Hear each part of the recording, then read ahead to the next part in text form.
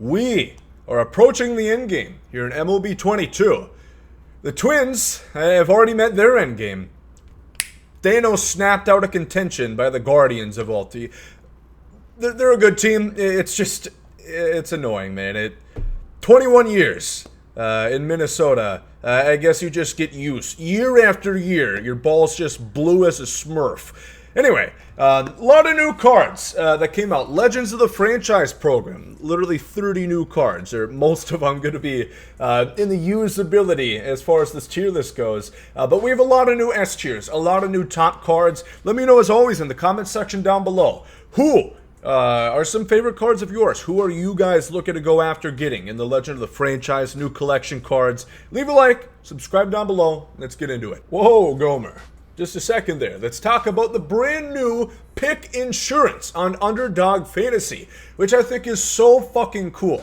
So it used to be, back in the Stone Age, BI, before insurance, you had to get every pick right. You had to be perfect. Which again, tall task in the Minnesotan sports realm.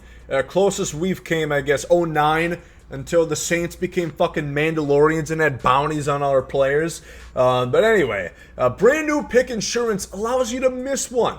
You can go 4 for 5, you can go 3 for 4, and still get a payout so long as you select the pick insurance, which is just so cool, and it adds another layer of depth to Underdog Fantasy, which I truly love. A lot of football slips here as the NFL season started. Week 2 here. Hopefully the Vikings get a big W against the Birds tonight. And, baseball as well. Big slips coming for postseason action. As always, you guys can use promo code GOMES and get $100 deposit match. You put in $100, they double it. On top of it, give you an extra $100 for free. If you put in 50, they give you an extra 50 on top of that, and so on and so forth. So now is a great time to start with Underdog Fantasy, and make sure to use my promo code GOMES and get that $100 up to deposit match. Thank you to them, Underdog Fantasy, for sponsoring the channel. And here she be, taking a gander at the backstops here. S tier is always the best of the fucking best. Can't get any better than them. Tier 1, where a lot of people might be if you don't quite have the S tier. The S tier tend to be a little bit more on the expensive side, whether it be collection cards or whatnot. Again, that just goes to show how consumer friendly SDS is comparatively to, fucking EA or 2K. Again, I try to get into 2K. I love basketball, but something about spending $70, then having to spend an extra $200 just to get my player up to a point where people want to play with me. Like, how sad is that? If you don't put in additional money on top of buying the game, you're like that weird kid at the playground that nobody wants to play tag with because you're a 70 overall. They avoid you like the plague, like you have the fucking cheese touch from Diary of a Wimpy Kid. It's a throwback if you guys remember that right there. Anyway, S tier, taking a look-see. We have Mike Napoli and Posada. Again, a differential you'll notice from other people's tier list. I put guys on here once. I'm not putting an outfielder on here 3 times. I'm not putting Honus Wagner on here at 9 times. Jorge Posada can play 2B. I put guys where I think most people, including myself, think they have the best value. Posada can play 2B about equally to catcher. So we'll talk about them at 2B as well. But they're only on the tier list once. Makes sense? Good. Napoli and Posada. The best way I could put this one, Napoli if you're on Hall of Fame legend, Posada anywhere else. 100 and 109 contact, righties, lefties respectively. Just a little tough, even with the switch hitter ability. Granted, if you're a better player, obviously, that's not going to be as big of a deal. I make these tier lists not for, like, fucking Pitching Rebel, the top guys who are, at 1100 rating. For, like, the normal people who aren't cracked beyond belief. So Napoli, I think, is just too good to not be just a little bit ahead of Posada for the high difficulties there. Tier 1, we have the new Ivan Rodriguez, who's very, very good. Max contact, max defense with pop time, 70 speed. The swing is the tough thing right there. But still, tier 1, the 3rd best catchers, not a bad ranking at all. Giovanni Soto, again, this is just completely fabricated. These Home Run Derby X cards are juiced to the gills, must be on that berry diet. Chicken breast and a lot of protein. That was what Barry Bonds did to grow up so big and strong, right? But seriously, amazing card, and he's literally out for free, so everybody should basically be at tier 1 here. Alvarez and Cartaya, very good options, and Piazza too. These two just have a little bit more defense. If you want some more versatility, there you go with BGO and Jason Kendall, who are very fun options there. I know I forgot Kendall last tier list. My apologies. Then otherwise, a lot of the same stuff right here. Tier 3 of the new Connor Wong.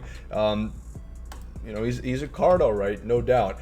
First baseman right here. I have a new one, Prince Fielder. Now, again, I don't love his swing. I've made that very clear. Whoever did the mocap, whether it be, I don't know, Steven Ramon, some skinny fuck, they didn't have some big bastard like Prince Fielder, apparently, because his titty meat clips, or his elbow clips with his titty meat on his swing, which throws me off. His swing, with it, I just can't perform. I can't get it up.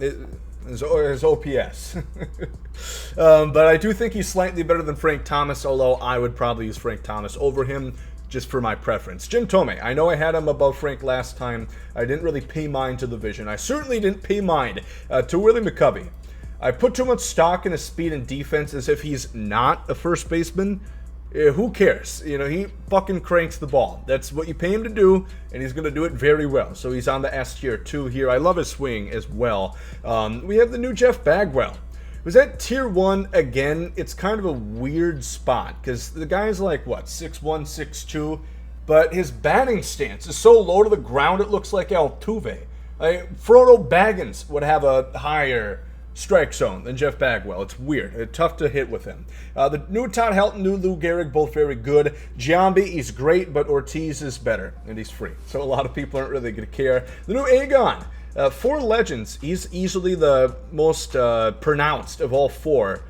But somehow he is the worst card. I don't know how that works right there. A lot of great first basemen. Again, Pete Alonso cards always rake. They're fun options. Joey Votto always has a great swing on him as well. But first baseman in easy position to field. Very cheap. 2B, we're going to have Mookie Betts right here. On with S tier, with Jackie and Cano. Now, big thing here with types of hitters. Now, I listened to Ochev recently. He talked about how P3, Cano gets to a point where he's now considered a balanced hitter based upon his contact and power ratings versus righties, that is. I think it's a 28 differential. So if you have higher than that, you're considered a contact hitter. If you have like 28 more contact than power versus that side. And if you're lower, then it's going to be a balanced hitter. If you have more power than contact, you're going to be a power hitter, but you probably don't want too many of those. That's like Ortiz. Sometimes that is good, though. That might be the reason why they just get more unrealistic, bad PCI fucking crank shots out deep right. But anyway, S tier, Mookie Betts, great card. Jackie, also really good. I think at P5, he will get that threshold against righties there, which is something to look forward to. Matt Carpenter is great. He kills the ball. Problem is, he's about the most inept fielder I have ever seen. If there's a ball hit over his head, it's falling. It's just a base hit. It's horrible. I can't use him anymore. Ryan Sandberg, Ray Durham, very good cards of the legend of the franchise right here. Brian Roberts, still awesome. Joe Morgan. I know I wasn't too hot on the card when I talked about my rankings there, but you know, I just thought he could have been a lot better given what we saw with Joe Morgan cards, but he's still on tier 1 here for sure. A couple of fun ones. We got Justin Turner, Ian Happ. Those are very good options as well for you. We have Nick Gordon, not his brother D. He could even be better. He's having a he's having a good season with the Twins. And he didn't even need to stick a needle in his ass to do it either. And then I just covered it up at the end there. 98 Carew, 96 McNeil. With about as much combined power as an easy bake oven, they're going to round out tier 3 right there. So, again, 2B, 2 free cards at S tier. Very easy to field. Moving on to 3B, we got Edgar Martinez. Yes, I do think he's better than George Brett. Listen to me. And yes, I also know that technically Jim Thome's a 3B primary. We have him at first base. Why do you have Edgar there? I don't know. You tell me. But Edgar Martinez, max contact is better out of the box than Brett. His power, I have Brett at P4. His power is still better than Brett at P4. Edgar Martinez out of the box. You're only missing speed and defense technically, but George Brett gets the worst animations of all time. I can't really put my finger on it right there. Very excited to use him. I'm really, really looking forward to it. Austin Riley, the quirks, put him there. He has exceedingly high contact and like 110 power per side. Awesome. Tier 1, the Wade Boggs here. People are going to sleep. He's got max contact vision. He has 95 power per side. He's really good. The Devers is still just an anomaly, a glitch. The card came out in June. Him and the Ketel Marte, two very big anomalies for how long they've lasted this year. A real testament to stamina for all guys out there. The Donaldson, also very good. Tier 1, for sure. It's tough. You know, I get criticized for having a third baseman team build. That's what it becomes. The new Mike Schmidt and Brooks Robinson, they're not bad cards. They aren't. I just don't think they're quite on the same tier as the Tier 1 guys here. Schmidt is low vision. Brooks is Brooks. You know, nobody really gets excited about Brooks cards right there. Not that he wasn't great all time. Again, don't get that confused. Being great all time and being great all time in the game here are two different things. Yomokata, very good switch hitter. Can hit both sides very well. The new Bregman, the new Casilla, both solid options, but probably better ones that are going to come out for free or you already have at this point. Third baseman, a lot of new top tier guys right there. So the stack position gets even deeper. And then shortstop, Jimmy Rollins is better than Chipper. They're basically the same cards on an offensive standpoint. I think Chipper has like 7 more power. Jimmy has like 9 more contact, but Jimmy's better at literally everything else except in the height department. Chipper's 6'4", Jimmy is 5'8". Chipper will be about as good a defender at shortstop as Jimmy Rollins is. I'm not even kidding. Being 5'8" is a big disadvantage in the field. The super dives, you're not going to cover quite as much ground. You see the O'Neill Cruz, was it 60% of the world is covered by water, the other 40 by O'Neill Cruz. This bastard, like Superman at shortstop, just makes every play when you press R2. That's all the skill that it takes. This Alan Trammell is arguably just as good as O'Neill Cruz and Ernie Banks. It is crazy to me how much shit that I was giving it and how good it ended up being. He's definitely better than Cal right there. More power, otherwise basically the same card. Otherwise, shortstop. There's still very good cards here. I know we put Noelvi down to Tier 2. Same thing with Dansby, Swanson. Catel's been at Tier 2 for a little bit here. Power is a big thing. Dansby doesn't quite have the vision. Same thing as Noelvi, Marte. Again, the newer cards are just getting the vision crawl at this point. Ozzie Smith at the end of Tier 2. He's a good card. Shortstop is very deep, very stacked, but the best of the best is going to cost you. So, moving on to corner outfield. We have 2 de facto S tiers. Juan Soto, I still have to put him there. I gotta use some of these other cards. First, because you look at Swisher, you look at Larry Walker. They don't exactly have far better speed than Juan Soto. Yes, they have better fielding attributes, but it's tough to make that matter if you can't get to the ball anyway, which kind of both are in that same department. And Juan Soto's the quirks, those cards do not. That's why he's still on S tier. Very good. If you've used him, you know. Hank Aaron is ridiculous. He's the best card of the game, bar none, in my opinion. He is juiced to the fucking gills. He's on that berry diet, I guess, you know. A chicken breast, lots of protein. That's how Barry got so big and strong, right?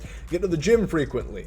We got Ricky Henderson. He's so good, I just have to use him for myself. The swing has been an issue in the past, especially righty-righty inside pitches. Just burns ya.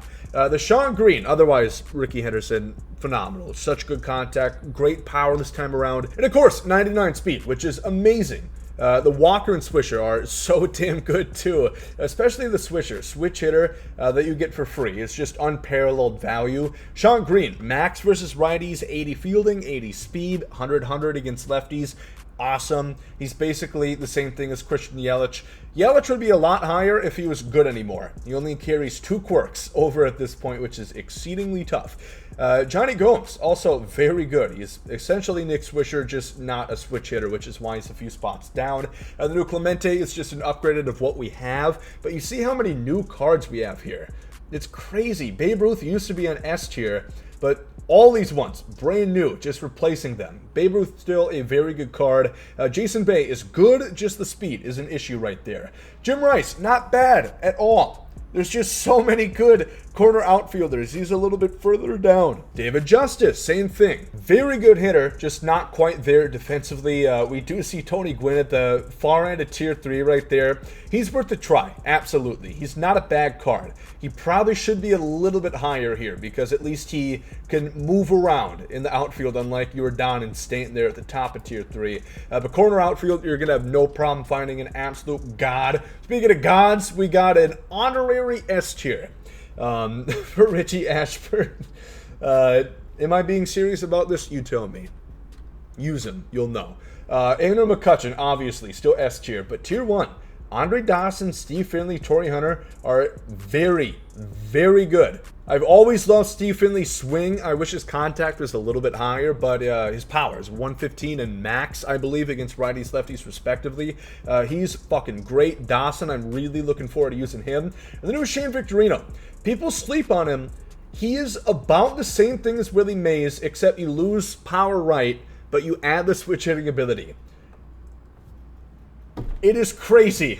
It is. I don't even have words to describe it. Then we have the new Jake McCarthy here at Tier 2. Very good.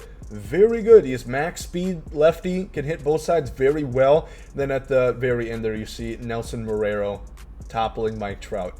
I'm not really kidding as far as that goes either. Trout's contact right, I believe, is 65 now before parallel. Really good stuff, but at least he gets inside edge, and he has quirks, of course. Just very tough if you're going to seriously try and competitively play this game.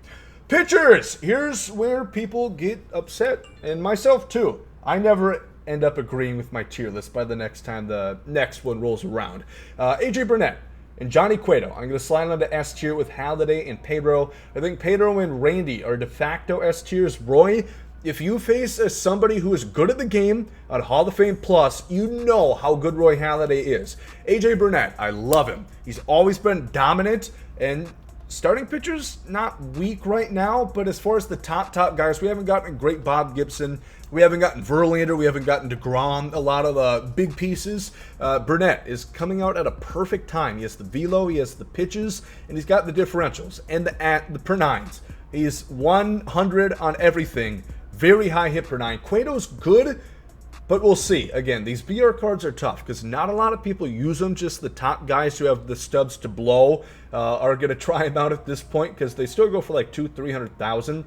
Roy Oswalt, I think, is the second best, the legend of the franchise here. He's awesome, has good velo. Very big drop off on that curveball right there, and very good per nines as well. Don Sutton has kind of been the mystery mark here on the brand new program. A lot of people interested. The screwball could be screwing some people over. Something I want to emphasize with Sutton, with Glavine, with Valenzuela, with Cliff Lee, a lot of these guys.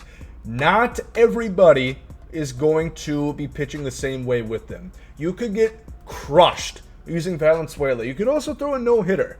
It just depends on who's using the card. They're very different from someone like Pedro Martinez, where the average person who doesn't really know what they're doing is going to get shelled. So that's why they're a little bit lower than they could be for you if you know how to master them. That's what I should emphasize there. Because Cliff Lee doesn't have a strikeout pitch. He has max BB9. You can paint with this bastard, but it just depends if you know how to use his pitch mix effectively. Kerry Wood, again, very good at Tier 2. There's a lot of really good starting pitches right now that you can go ahead and try. Vida Blue, I've always enjoyed. He has a good arm slot, which makes him very underrated. A lot of people weren't too happy about this card, but I definitely think he's worth a shot right there for sure. Starting pitcher, always so much room for debate right here, but I am happy with my S tier, at least through the first four. I think Cueto is a little debatable when it comes to, like, Grayson, Ryan, Bobby, and Roy. I think really anybody could occupy that fifth spot. Righty relievers. This one coming out today. We have Mariano Rivera. I haven't seen the stats, but yeah, I really don't need to. He's going to be max hit, max K, probably 100 BB9. He's going to have a sinker. He's going to have a slider. He's going to be even better than the best Mariano than we saw last year, which was one of the best righties in the game. So it's no shit. He's going to be at the top S tier here, alongside Raleigh, Chad Green. Again, they really aren't putting out many Relievers this year, I don't know what the problem with it is. Legend of the franchise, 30 new legends. None of them were relievers. I don't get it. So otherwise, we just have new POTM, Pete Fairbanks at Tier 2, and at the very end of Tier 3, the not as good Diaz, the one they don't play the trumpets for, Alexis, is going to be there. The same tier as his brother, no less. But righties hasn't really changed too much. Then finally, the lefties literally has not changed even a little bit. They've not released a new one in the last 3 weeks, so it's still Billy Wagner, Chapman, Gregory Soto, and, at that point, if you're running the best of the best, 3 lefties should be good, and those are definitely the best 3. So, that's going to do it. The brand new tier list after Legend of the franchise. Also note there is a Chase Utley coming later today. I'll put in the comment section where he would be as far as second baseman go. I just haven't seen the stats. And unlike Mo, I need to see him for Utley because I don't know exactly how it's going to look. I can tell you how good Mo is going to be. Relievers are very predictable. And literally, Mo just threw a fucking cutter his whole career and was still the greatest relief pitcher of all time. Wild how baseball works, huh? Let me know in the comment section where I went wrong, where I went right. And, long time, again, on this tier list. I'd very much appreciate it if you leave a like down below and subscribe to the channel. Thank you for watching. You guys are great today. There comes out. Yee.